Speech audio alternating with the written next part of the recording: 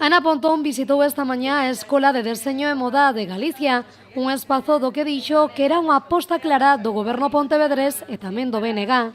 De moda que o que nos están é apuntando a dirección na que hai que traballar. Nese sentido, para min como portavoz do BNG, pois tamén é de salientar que na cidade de Pontevedra o goberno do BNG teña feito unha aposta moi clara por apoiar este tipo de estudos, porque creemos que no campo do deseño temos capacidade para poder traballar e que un ámbito onde Galiza está despuntando económicamente no sector textil, pero que temos aínda moita máis creatividade pola que apostar e pola que apoiar, non? E esa é tamén unha das medidas que hoxe nos queremos aquí visibilizar, queremos,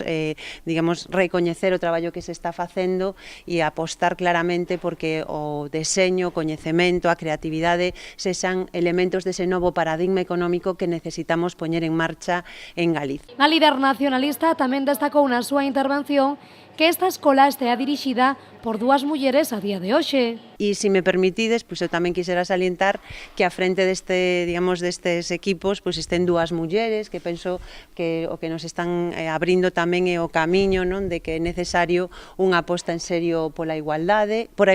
nun mundo como da moda, no que a pesar de que hai moitas mulleres protagonistas, o certo é que logo moitas das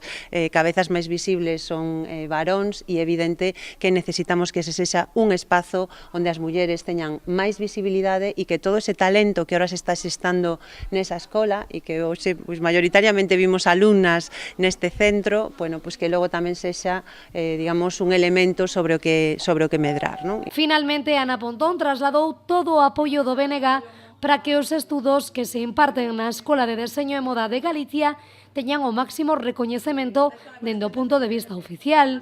Un apoio que extendeu á Escola Superior de Conservación e Restauración de Bens Culturais de Galicia, que tamén se atopa neste edificio da Facultade de Belas Artes e que está pendente da súa adscrición á universidade.